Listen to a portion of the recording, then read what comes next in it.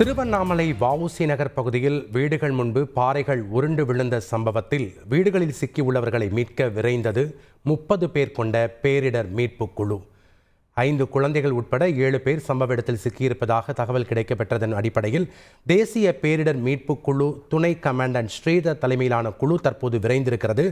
இரவு நேரம் என்பதால் தற்போது மீட்பு பணியானது தற்காலிகமாக நிறுத்தப்பட்டுள்ளதாகவும் காலையில் மீட்பு பணி தொடங்கும் என்றும் தகவல் வெளியாகி இருக்கிறது. முக்கிய செய்தியின் விவரங்களை வழங்க இணைகிறார் செய்தியாளர் பிரபாகரன். வணக்கம் பிரபாகரன், விவரங்களை பதிவு பண்ணுங்க. வணக்கம் ஜெபஸ்டின். திருவண்ணாமலை வஉசி 9வது தெருவுல, அதாவது அந்த இடத்துல பின்னாடி இருக்கக்கூடிய அண்ணாமலையார் கோவில் அந்த மலையிலிருந்து ஒரு பாறையானது உருண்டு அங்க இருக்கக்கூடிய வீடுகள் முன்பு விழுந்திருக்கு. அப்போ மண் சரிவுல ஒரு சில வீடுகள் சிக்கியிருக்கு. அதிலும் குறிப்பா ஒரு வீட்டுல ராஜ்குமார், மீனா மற்றும் அவங்களோட 2 குழந்தைகள் மற்றும் அண்ணன் குழந்தைகள் 3 பேர்னு ஒட்டுமொத்தமா 7 பேர் இடர்பாடுகள்ல சிக்கி இருக்கிறதா அங்க இருக்கக்கூடிய சொல்லியிருக்கிறாங்க. அவங்கள மீட்கிற பணிகள் தொடர்ந்து அங்க இரவு நேரம் என்பதாலேயோ தொடர்ந்து அங்க பரவலா மழை பெய்திருக்கனால அந்த பணிகள் தொய்வு ஏற்பட்டிருக்கு.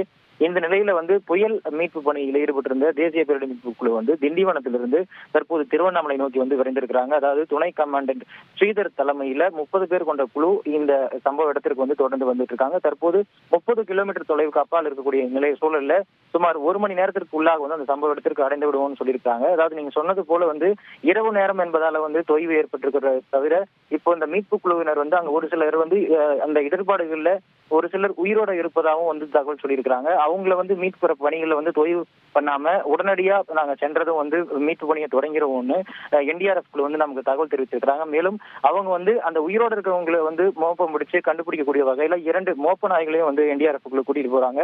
மேலும் அவர்களுக்கு தேவையான உயர் ரக கருவிகளையும் அரக்கோணத்தில் இருக்கக்கூடிய தேசிய பேரிடர் மீட்பு குழு மையத்திலிருந்தும் வீரர்கள் எடுத்துட்டு போயிருக்காங்க.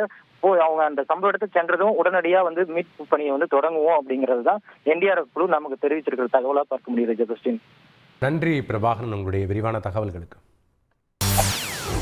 செய்திகளை உடனுக்குடன் தெரிந்து கொள்ள உடனே சப்ஸ்கிரைப் பண்ணுங்க.